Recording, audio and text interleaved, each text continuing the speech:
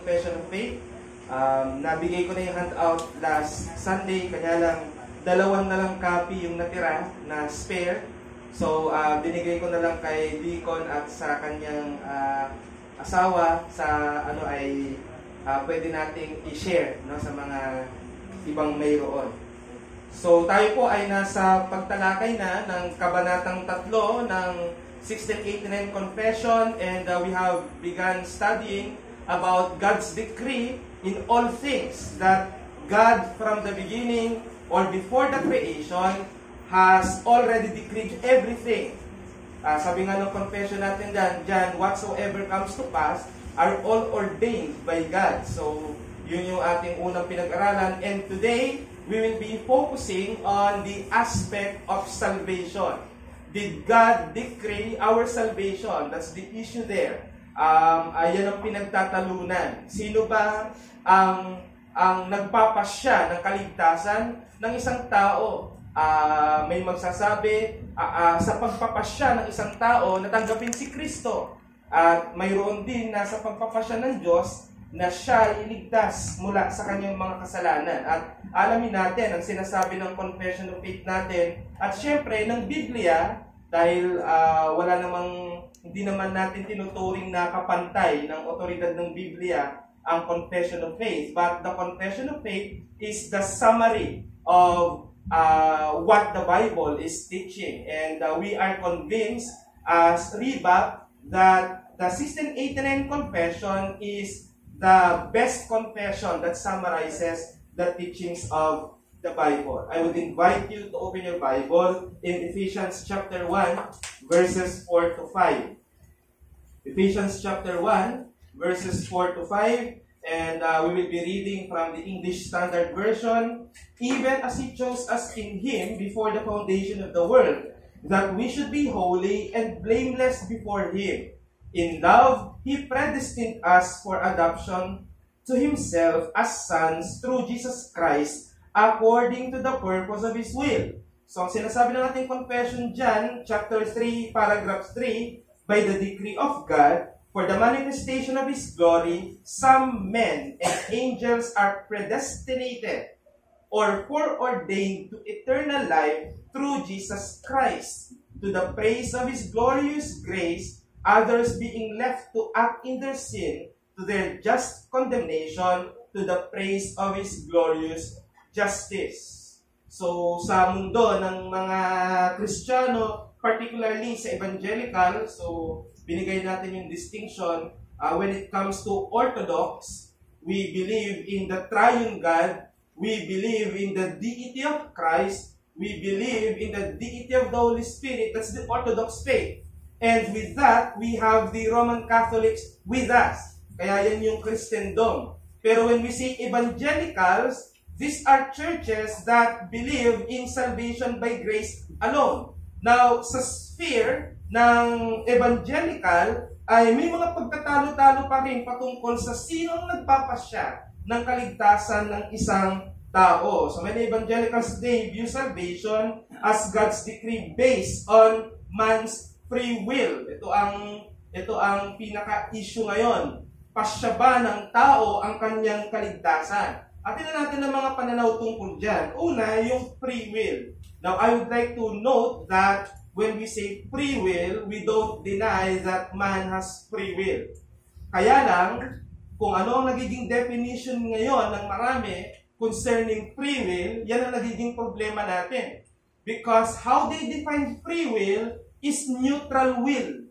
Meaning, ang isang tao sa kanyang depraved state ay may kakayanan na magpasya na gawin ang mga bagay parehong nakalulugod sa Diyos at hindi nakalulugod sa Kanya. So, parehong kayang gawin ng tao ang mabuti sa harapan ng Diyos at ang masama sa harapan ng Diyos. When you define free will as that, that's wrong.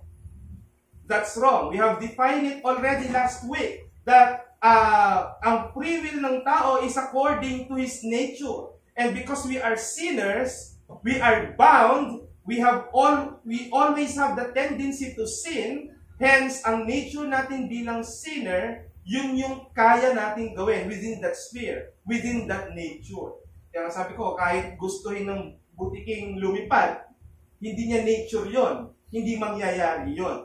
Gustuhin man ng tao na ilagay niya sa kanyang kamay ang kaligtasan, hindi niya magagawa yon. Dahil dinidefine ng Biblia na siya ay patay mula sa kanyang kasalanan. So ano ba ang pinapaniwalaan ng free will or neutral will? Karamihan nito ay turo ng Arminianism. Tinuturo nito that man has freedom to choose or reject God. At para sa kanila, salvation is not decreed by God beforehand. Hindi daw maaari yon na nagpasya na ang Diyos para sa iyo. Dahil ang kaagad bintang nila, unfair ang Diyos kung ganon. So nagkaroon sila ngayon ng ibang version dyan. Oo, dinikri ng Diyos, pero because of foreseen faith. Dahil nakita ng Diyos na mananampalataya ka in the future. So we will deal on that more later. Second is liberalism. So in literalist view, nire-reject nila ang idea that God selects people for eternal life and promotes the view that God is all about love and accepting everyone. He extends His grace of salvation to all. So ito yung kalimitang niyayakap na ngayon ng maraming mga so-called evangelicals that they are viewing God as only a loving God. And hindi niya kayang mag-hate. So dahil hindi niya kayang mag-hate, He accepts all people without asking them to repent. So napakadelikado niyan. Pero isa yung sa nagdi-deny ng decree of salvation. Kaya natin sinama. Pero I hope na walang makakarating sa atin sa ganyang pananaw. And third is open theism. We already discussed this few weeks ago. Dinideny nito na ang predestination, when we say predestination, is God's act of electing people to eternal life or choosing people to eternal life. They deny predestination, but they redefine God's decree as a response to the present actions of creation. So ganito natin pagkumparahin. Ang open theism, nagtatakda ang Diyos, pero pagtatakdang tugon sa ginagawa ng tao. Kaya pag ang tao ay sumasaliwa sa kanyang landas, doon pa lang magtatakda ang Diyos sa kung ano ang pagpapasya niya patungkol sa iyo. At kalimitan ay binigay ko na sa iyo ang kaligtasan sa pamamagitan ni Kristo, ni-reject mo, ito yung gagawin niya. Samantalang sa biblical view is that nauna ang decree ng Diyos bago pa magpasya ang tao, bago pa siya likhain. Yan yung sinasabi ng text natin, according as He hath chosen us in Him. Before what? Before the foundation of the world. So you cannot dispute that. Napaka-clear ng text na yan, that God's decree in salvation happened before His creation or before His act of creation. Now, how can we define that? This is the biblical teaching. God has chosen people for eternal life. Pumili ang Diyos ng mga tao na Kanyang bibigyan ng buhay na walang hanggan, and this is not based on foreseen faith. Hindi ito base sa dahil nakita ng Diyos na mananampalataya siya, not on foreseen faith, but solely according to His sovereign will and for His own pleasure. So, you need to settle with the sovereignty of God. You need to believe as how the Bible said it, that God is sovereign. And when you say God is sovereign, He has the free exercise of His will. Cannot be influenced by any external forces. God exercises His will to all, sa lahat ng mga creation, sa lahat. Kaya walang pwedeng magsabing, bawal mo itong gawin. O Diyos, sumunod ka sa sarili mong pamantayan. God is sovereign. He is all-powerful. And He can do everything as He pleases.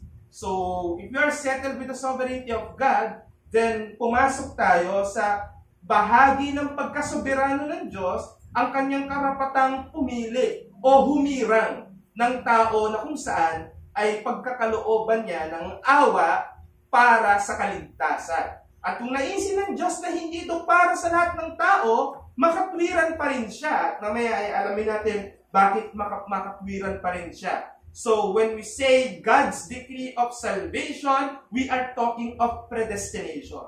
And that is one of the fundamental truths na tinuturo sa atin ng doctrines of grace. So let's deal with that first. Predestination is based solely on God's sovereign will. So nakadepende o nakabase lamang sa pagpapasya ng Diyos ang kaligtasan ng isang tao. Hindi ito base sa nakitang manampalataya.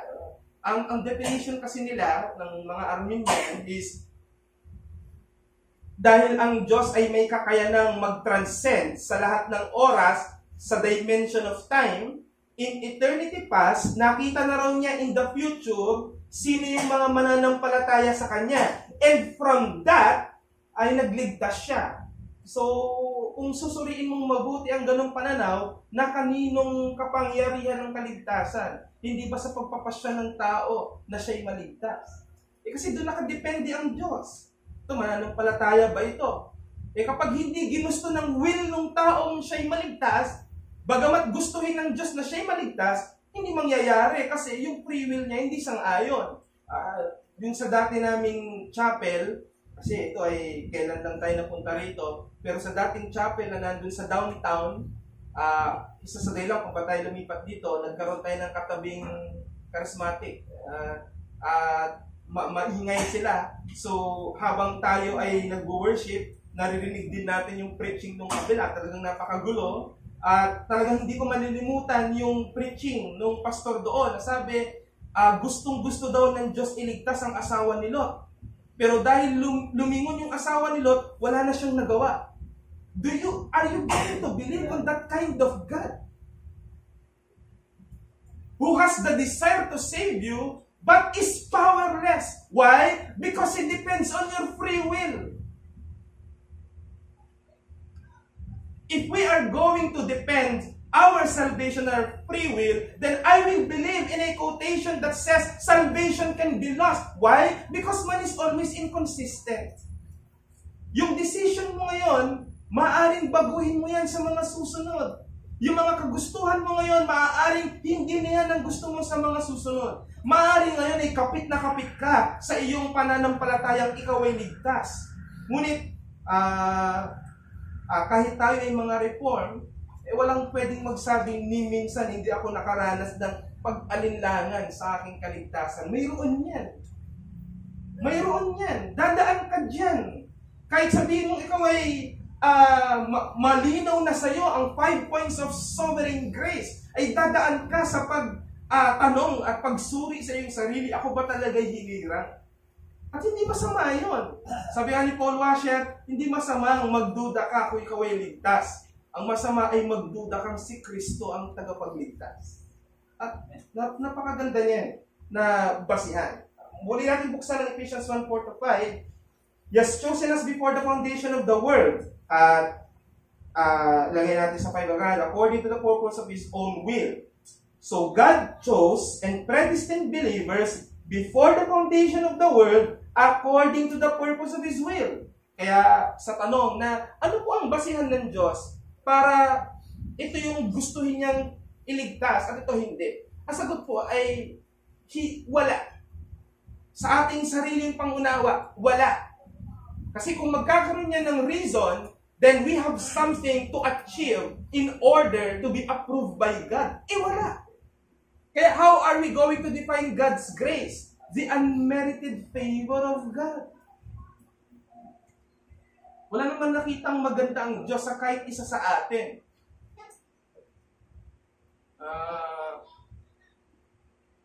Kayo maniniwala sa kanta ng Hillsong na heaven is empty. Sabi niya, you are not happy in heaven without us. Parang ganun. No? So, kung may nakikinig pa dyan ng Hillsong, medyo iwas-iwas. Tanggalin nyo. Shift kayo sa Sovereign Grace. SGM. Kung gusto niya ng medyo contemporary. So, malinaw dito sa text that nauna ang pagpapasya ng Diyos na iligtas. Take note, hindi ka naligtas before the foundation of the world. We are not saying that. Hindi ka naligtas na nung inelect ka, doon ka naligtas. That is why we have the doctrine called election unto salvation. elect, but you are still on the journey of being saved, of becoming saved. At kailan yan magaganap? Upon regeneration and conversion. When you repent of your sin and believe on the Lord Jesus Christ as your Savior and King. Another verse is Romans 8:29-30.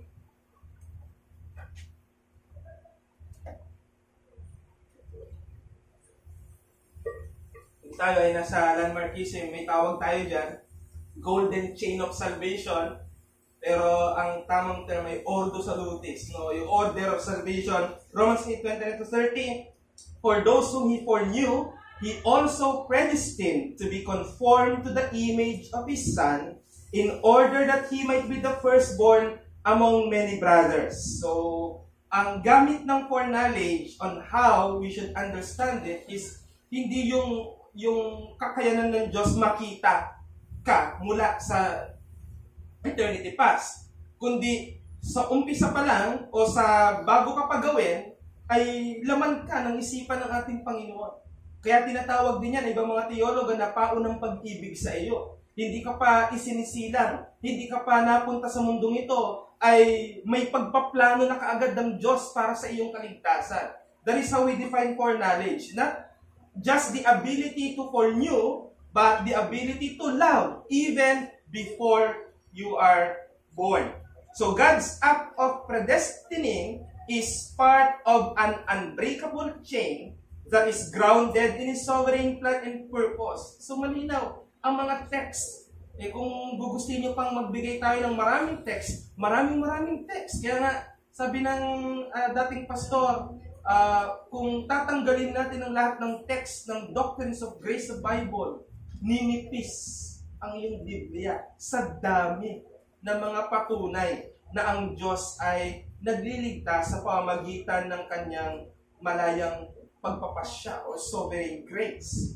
2 Timothy chapter 1 verse 9, who saved us and called us to a holy calling, not because of our works, but because of His own purpose and grace, which He gave us in Christ Jesus before the ages began. Ang linaw dyan. Sino ba ang nagligtas at tumawag sa atin sa banal na pagtawag? Hindi dahil sa ating mga gawa.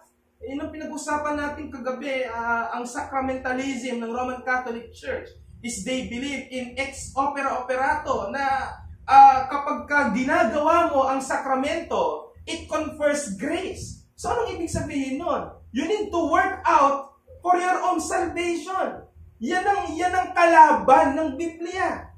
Pagdating sa kaligtasan, Christ has already prepared and achieved all necessary requirements of the Father for people to be saved.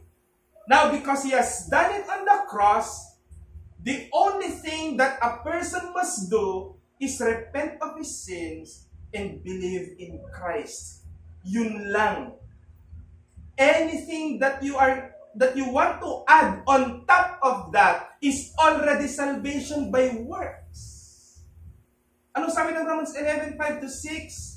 Even so, this present time, there is remnant according to the election of grace. If it is by grace, then it is no more of works. Otherwise, grace is no more grace.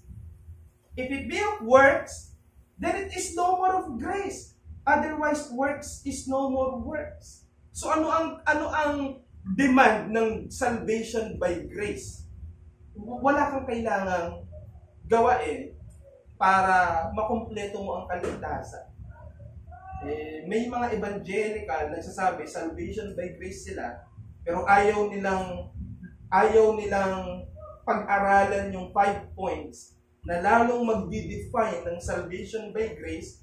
Kaya na-settle sila na kapag sinabing salvation by grace, ginawa ni Kristo, ang kailangan ko na lang manampalataya. And for them, ang manampalataya ay gawa. Sa atin, ang manampalataya ay kasama ng biyaya. Nung ikaw ay patay sa iyong kasalanan, sabi ng Efeso 2:1-2, na ikaw ay patay sa makasalanan, sinong tumawag sa iyo? Sino ang bumuhay sa iyo? Sino ang nagbigay sa iyo ng kakayanang manampalataya? Hindi pa lang ang banal na espiritu ay nanahan sa iyo, Yan ang nagbigay sa iyo ng mga kakayanan upang lumapit sa Panginoong Hesukristo. Ano ngayon ang conclusion? Hindi sa iyo. Kaya napakalinaw ng Ephesians 2:8. For it is by grace that you have been saved, not of your works, lest anyone should boast. Hindi sa gawa mo, para walang magmataas. Anong nagaganap ngayon sa mga nag-iisip na mayroon silang bahagi sa kanilang kaligtasan? Hindi ba they are boasting? Hindi man nila sabihin. Pero sa loob ng church, magte-testimony, 20 kaluluwa po ang napatanggap ko sa Panginoon. Isn't it boasting? Kaya ang taas niya dahil marami siyang mga napatanggap. Ganun ang pagsusuri. Kawawa naman yung isa na walang tumanggap. Hindi na siya makapagsalita. Nandiyan lang siya sa gilid. Salamat sa Panginoon at yung ganyang klase ng soul winning is hindi tayo na-engage sa ganyan. Dahil nagiging yungib yan ng payabangan sa loob ng iglesia. If it is by grace, look at, for example, Noah. He preached for how many years? Naka-receive lang siya ng mockery. Naka-receive siya ng insult. Pero successful pa rin ang kanyang pagiging preacher. Why? Why? Because the only requirement for a preacher is he preaches the truth faithfully. Kahit yung mga nakikinig sa kanya ay immoral, hindi nun i-define ang pagiging preacher niya bilang tinawag ng ating Panginoong Jesucristo.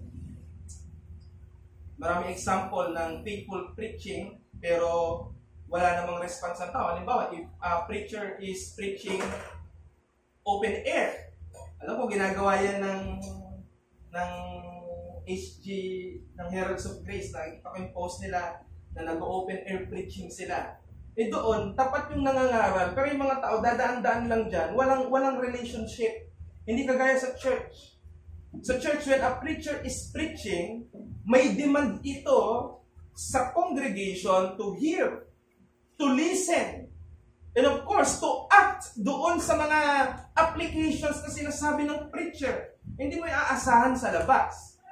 Yun ang sinasabi ko that you can be a faithful preacher kahit yung mga nakikinig sa'yo, hindi. But of course, inside the church, susukatin ang effectivity mo if in your preaching, una, malinaw ba yan sa mga nakikinig sa'yo?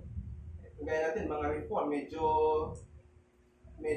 ano tayo sa mga terms. Kaya nga, lagi kong sinasabi, hindi lang ako, maraming nagsasabi, when you teach a certain terminology, you explain it.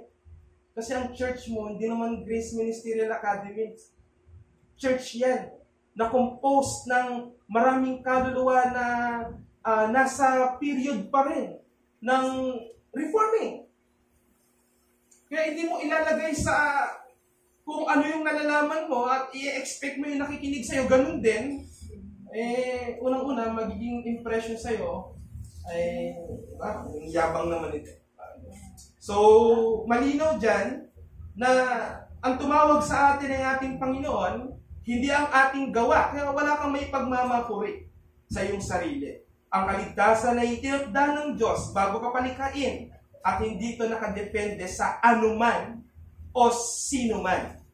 Kaya ano ang confused theology? Believing as the basis for God's decree of election. Hindi ko sinasabi na kapag naniniwala ka dyan, hindi ka ligtas. We are not age-stage Calvinists. We believe that our Arminian friends are also saved as long as they believe Christ alone to be their salvation. Kahit pa bale-balento ang order ng kanilang salvation, wala tayong problema doon. They are our brothers. We are not going to declare them as an anathema. Basta they believe that salvation is in Christ alone. Yun lang naman talaga eh. Itong pinag-aaralan natin ay bonus sa kaalaman mo. Mas lalalim ang kaalaman mo sa aspeto ng pagdiligtas ng Diyos sa iyo. Pero hindi Calvinism ang requirement for salvation. Ang tinatama lang nating confused theology ay yung paniniwala na sa iyong pagsampalataya, doon ka tinatakdang ligtas. Doon sila nagkamali. Tinakda ka ng ligtas, ngunit sa iyong pagsampalataya, yun ang aktual na pagliligtas sa iyo. Kaya nga, election to salvation. Yan ang order niya. And second, God's justice does not contradict His grace and salvation. Yan ngayon na magiging problema. Kung ang Diyos ay nagliligtas graciously, papaano na yung kanyang justice? Papaano yun? Lalo na sa usapin ng mga unbeliever. Hindi ko i-discuss ngayon at wala akong planong i-discuss today, pero yung confession, it also teaches the truth about reprobation. So if God decreed people to eternal life, those people who He did not decree to be saved, they are left in their sinful nature hanggang sa sila ay makondemn because of it. Hindi natin tinuturo na kaya napunta sa impyerno yung tao, tinakda ng Diyos na doon siya pupunta. Napunta siya sa impyerno dahil sa kanyang pagkamakasalanan. Yun ang reason. At pag sinuri ang buhay ng kahit sinong tao, elect man o hindi, ay guilty ka na ikaw ay makasalanan. At yun ang basihan sa'yo sa iyong condemnation. But not because God had decreed you to that. Kaya we don't believe in election to reprobation. Just a reprobation. Yung tinatawag natin na double predestination. So even within the Reform, may hindi nag-agree dyan, pero we can agree to disagree. So justice demands punishment of man's sin. Diyan tayo magsimula. Ang hustisya ng Diyos, ito ay humihingi ng kaparusahan sa nagkakasala. Hindi palalampasin ng Diyos ang kasalanan. Totoo yan. Masisira ang pagiging just ng Diyos kapag ganun siya. Kapag nagtotolerate siya ng sin. If there is sin, there must be punishment. That's true. Ang law at justice, ang justice ng Diyos, nagre-reflect sa kanyang law. Diyan mo makikita ang kanyang pagiging makatwirang Diyos dahil mayroon siyang batas, mayroon siyang Torah, mayroon siyang mayroon siyang pamantayan na isinulat ng mga propeta at ng mga apostol, na ito ang nagsisilbing standard ng pagiging makatwiran. Kaya ang kasalanan ay violation of the law. Kaya nga ano sabi ng 1 John? Sin is the transgression of the law. How we define sin? Sin is any action or anything that violates God's law. Sin yun. Lahat ng tao, sinner.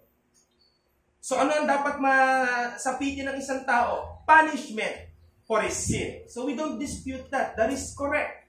Sin is a violation of this law and therefore it deserves condemnation. Paano yan? Tayo ay sinner. Bakit tayo iniligtas ng Diyos? Anong mangyayari sa kasalanan natin na hindi naparusahan? Letter B, Christ has fully satisfied God's justice at the cross. This is what happened. There is someone most qualified, only qualified to bear your sins. He bare your sins at the cross. Romans 3:25-26, whom God put forward as a propitiation by His blood to be received by faith. This was to show God's righteousness because in His divine forbearance, He had passed over former sins. It was to show His righteousness at the present time so that He might be just and the justifier of the one who has faith in Jesus. So, himayin natin yung text na yan. Ang ating Diyos, ang ating Panginoon Jesucristo, nagkatawang tao, incarnation. Fully God, fully man. Yan ang ating Panginoong Jesucristo. Hindi pwede na ipapako mo sa krus ang Diyos. Kung may magbabayad ng kasalanan ng tao, tao. Alright? Tao. kapag ka nalaglag mo, nabutas mo ang namamalengke, nabutas mo yung isda niya, hindi mo pwede sabihin, palitan ko na lang ng baboy yan. Ipalit mo yung nawala sa kanya. At ganun din sa aspeto ng ginawa ng ating Panginoong Jesucristo, ang hinihinga ng parusa ay ang tao sa kanyang pagkamakasalanan. Tao dapat ang magbabayad. At yan ang ginawa ng ating Panginoong Jesucristo. Ipinanganak ng Birheng Maria. Tao. Diyos na nagkatawang tao. Hindi 50% Diyos, 50% tao. We believe in the Chalcedonian teaching of hypostatic union of Christ. Yan yung mystery na sabay siya, na fully God, hindi nabawasan, at fully man. Ganun siya. Pero hindi mixed. Hindi mixed. Kundi united. Yung dalawa. May distinction, pero united. Right.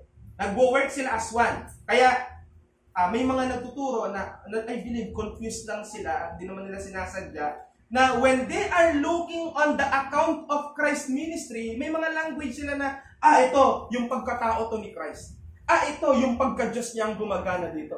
That's wrong. Yung dalawang nature ni Christ, they work as one. Hindi sila nag-work separately. Na minsan tinoyo, naging Diyos, minsan tinoyo, naging tao. Hindi gano'n nag-work ang two nature ni Christ. Pero si Christ lang ang may two nature, hindi tao. Kasi teaching dati ng Landmark, dalawang nature ng tao, yung pagiging sinful at pagiging, naturo ko rin naman dati, but nung time na bilib ako doon, so kung may pagkakataon na yung mga naturuan natin na wala ay makadaw pang palad natin, may correct natin. Okay, I have the list of all the teachings I have wrongly preached. And biyaya ng Panginoon ay maitama at may parating sa iyo. Diba may ganyan si Apostle Paul nung siya ay Hudyo pa, sabi niya, ginawa niya yon in his passion because he was so convinced na yun yung truth. Kaya sabi niya, hindi siya i-hold accountable ng Diyos dahil doon. Same thing sa atin na lately ay na-discover natin o nare-discover natin ang Reformed teaching. We have no idea. The books that we had are all Reformed. So, nung na-realize natin na, teka, naniniwala tayo sa mga to, so, we're anyway, segue lang yun to share kung bakit kami napunta sa ganito. So, God or Christ has become the propitiation. So, sa kanyang pagkakatawang tao, yung kasalanan ng lahat ng mga hinirang, napasa kanya.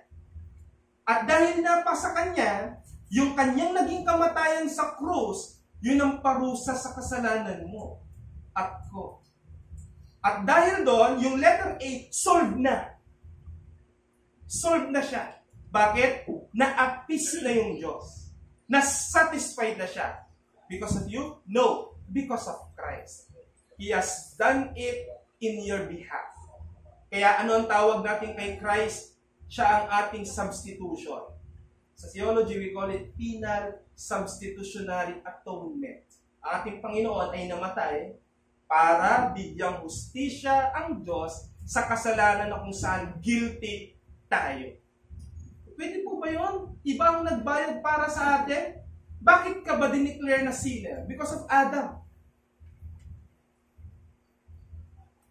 There has to be a new Adam na magiging federal head mo at magliligtas sa iyo. At yan ay ating Panginoong Jesucristo. Ang sabi ng Romans 5:12, for as by one man's disobedience, many were made sinners. Yan si Adam. But because of the obedience of the second Adam, many were made righteous. At yan ay ating Panginoong Jesucristo. Ang punto, ang kamatayan ng ating Panginoong Jesucristo ay sapat to appease God's wrath and can be applied to men because Christ is their federal head. Dito nalaglag ang Church of Galatia. Why?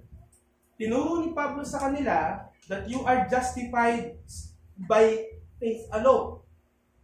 Kaya hindi si Martin Luther ang una nagturo niyan. Si Apostle Paul, language niya na yun. Binasa lang ni Di ba, Galatians ang nagbukas kay Martin Luther. Kaya lumakas ang loob niya. So, nabasa niya, justification by faith alone. Ang naging problema ng Church of Galatia, yung mga Judaizers, na nagpo-profess din na Christian, pero ipinipilit yung batas ng Diyos. Kaya sabi nila, hindi sapat yung, totoo naman ng palataya ka kay Kristo, pero hindi sapat yun. Kailangan pa rin nating sumunod sa Torah, sa Mosaic Law. At doon nagalit sa Apostle Paul. Doon nagalit. Nirebuke sila with a sharp language.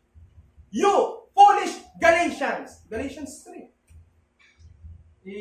Sa Bibliang Tagalog ng Katoliko, ang sagwapa ng translation. Ang mga, siguro naman, di kayo sensitive, sabihin ko na rin, o tangang mga taga-Galatia. Sino ang kumulam sa inyo? Bakit kayo nahulog sa ganyan? So isipin mo, lahat ng epistles ni Apostle Paul may commendation. At kapasalamat ako dahil kayo ay nagpapagal. Pero sa Galatian churches, umpisa pa lang ay nire-rebuke na sila. Ano ang naging problema ng Church of Galatia? Gospel. They are entertaining other gospel. Dahil ang gospel lang is this. Salvation is in Christ alone. If you add anything on top of that, that is no longer the gospel. Kaya iwanan nyo na rin yung mga gospel na may kadugtungan. Gospel of peace, mayroon pa daw gospel of the kingdom, may gospel of the old age. Walang ganun. Isa lang ang gospel. And that is the good news that Christ has died on the cross for your sins and He resurrected after 3 days. Now sitting on the right hand of the Father, tawag natin dyan heavenly session. At anong ginagawa sa atin ng Panginoon ngayon? Madami. Mediatorial. Ang prayers mo, tinatawid niya sa Diyos Ama. Pinagpipray ka rin niya, sabi niya. Diba? Pinagpipray tayo ng ating Panginoon. Namamagitan sa atin at sa Ama. Dahil yun sa ginawa niya, naging tulay. Kaya hindi na tayo tinitingnan ng Diyos ngayon na kaaway dahil sa Kanya. Kaya Christ is fully satisfied God's justice at the cross, and see, Christ has imputed His righteousness to the elect people of God, and this is solely due to the pure mercy of God. Ito medyo theological. We have what we call the divine imputation. What does it mean? What Christ has, He transferred to people who hasn't. What we have, na wala si Christ, napunta sa Kanya. Ano meron sa'yo? Sabi ni Jonathan Edward, the sin that made salvation necessary. So, nilagay yan kay Kristo. So, dahil na kay Kristo, at si Kristo ay most qualified dahil tao, walang kasalanan, ipinasa sa Kanya ang kasalanan, He died in your behalf. And He solved na yung justice ng Diyos. Now, yung na-merit ni Christ because of that, di ba? Yung righteousness, ipapasa niya yun sa'yo. Pinasa niya sa atin. Kaya merong sense na ang kaligtasan ay tapos na sa konteksto ng Diyos. Bakit? Dahil sapat ang ginawa ni Christ. So judicially speaking, legally speaking, because of what Christ has done, you are acquitted. Kaya alam nyo, ang word na justified sana napalitan. Hindi dapat yan yung word. Pero naging universal use na yan ng Christendom. Kaya naiintindihan natin kung sinabing justified. But it should be acquitted. Na-acquit ka of your sins because of what Christ has done. That is the divine imputation. Pinasa niya ang katwiran niya sa iyo. At pinasa mo ang katwiran at ang kasalanan mo sa Kanya, pero hindi na natili yun sa Kanya. Yun ay napagbayaran niya sa krus. Kaya nga may mga hymno sinasabi, kasama na yung nabaon doon. Wala na yun ngayon. So when we are speaking of the cross, you don't picture the Christ nailed on it because it's already done. Kaya yun yung issue na tinatanong namin kay Pastor Noel dati, okay lang ba sa church may cross? May cross. Sabi niya, ang problema dyan, when you have the cross na may tao doon, you are speaking of that is not Christ. Hindi Kristo yun. You are portraying Christ still on the cross. And if you have the empty cross, kung wala namang empty cross, useless yung cross na yun. Yung sabi niya, ano sinisimbolize niya? Kaya para sa kanya, wala na lang cross. Kaya lang, syempre, by way of symbol, alam natin, pag Christianity, cross ang unang may listed. But power hasn't something to do with the shape of the cross. Kagaya ng mga turo that when you have the crucifix, hindi gano'n Oo, makapangyarihan ng cross ni Kristo. Pero hindi literal na cross. Yung ginawa niya sa cross. Yun ang paglilinaw. Baka kasi mamaya, lagi nyo naririnig, ang kaligtasan ay sa paniniwala sa cross. Literalist ka. Diba? Literalist ka, manadispe ka. Kaya ang isip mo, ba't gano'n? Ba't yung cross? Si Kristo dapat. Yun ang ibig namin sabihin. Masyado yun lang nililiteral. So Titus 3:5, He saved us not because of works done by us in righteousness, but according to His own mercy, by the washing of regeneration and renewal of the Holy Spirit. Inuulit na naman. Niligtas tayo, past tense. Hindi sinabi kung bakit. Ang unang sinabi, yung hindi bakit. Niligtas niya tayo, hindi dahil sa mga gawa. Sa mga gawa ko, sa mga gawa mo, sa mga gawa natin. Mga gawang tinapos natin sa sarili nating katwiran. Actually, this is, meron tinatawag na, hindi naman totoo, pero let's assume na ganun nga. Ganyan ang sinasabi ni Paul dito. Hindi tayo naligtas dahil sa katwirang ginawa natin. Theologically speaking, wala naman tayong ginawang katwiran kahit ano Pero let's assume na oo, meron tayong katwiran. Hindi ka pa rin niligtas tayo. Doon lalong nililinaw na kahit i-assume natin na meron kang maganda sa'yo, hindi ka pa rin ililigtas dahil dyan. Kasi ang hinihingi ay yung mercy ng Diyos sa iyo bilang makasalanan. At paghuhugas ng pagkakapanganak muli o regeneration and renewal of the Holy Spirit. So without the work of the Holy Spirit indwelling in you, there is no salvation. So anong ini-imply ngayon dito? Dahil dinikri ng Diyos ang kaligtasan, siya rin ang gumawa ng mga kasangkapan at mga proseso para makarating ka sa aktwal na kaligtasan. Ano ang comfort dyan? Ano ang comfort dyan? Assurance of salvation. Kung ganyan ang pananaw mo, diyan ka totoong magkakaroon ng katiyakan ng kaligtasan. Bakit? Dahil nakita mo at na-realize mo, lahat pala ay tinrabaho ng Diyos. Dahil mula pa sa pasimula ng walang hanggan, pinagpasyahan niya na yan, kaya nang ikaw ay dumating sa mundong ito, nagsisimula na ang kanyang gawa para makarating ka sa kanyang itinakda. Remember what Isaiah said about God. God declares the end from the beginning. So you are saved because God has predetermined it. Not because you believe. Yung pagsampalataya mo, biyaya ng Diyos at confirmation na totoo mang elect ka.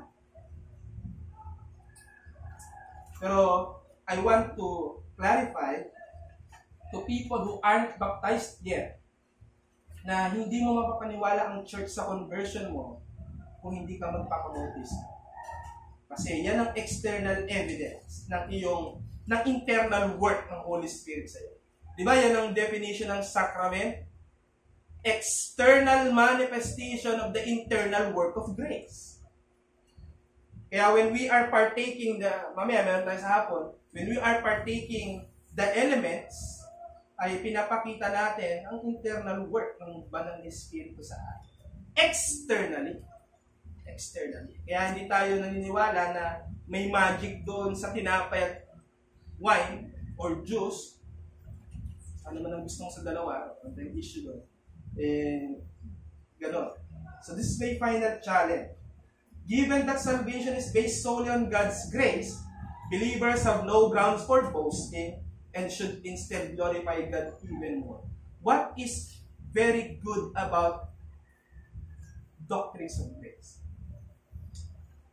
Doctrines of grace highlight the glory of God.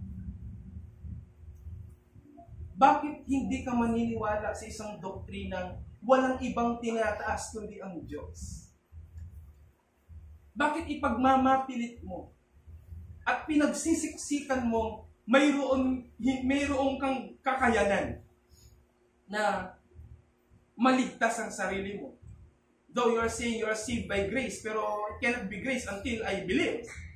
It cannot be grace until I agree. Di ba? Yan ang definition ng free will nila. Hindi Diyos ang may kapangyarihang magligtas sa'yo. Ikaw. Just try to imagine, you are preaching Christ died for all, and yet He is not sure how many sa lahat ng niligtas niya ang maliligtas. If you are preaching Christ to say that He died for all, but He is waiting for your will, then mas powerful ka kaysa sa Kanya.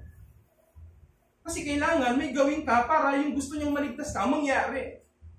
And if that is the case, I don't believe that.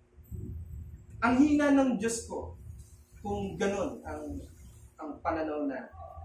Next week we will be dealing with creation. That's the 4th chapter of Confession of Faith. So I hope that we are settled already with God's decree, and we're open for any questions now.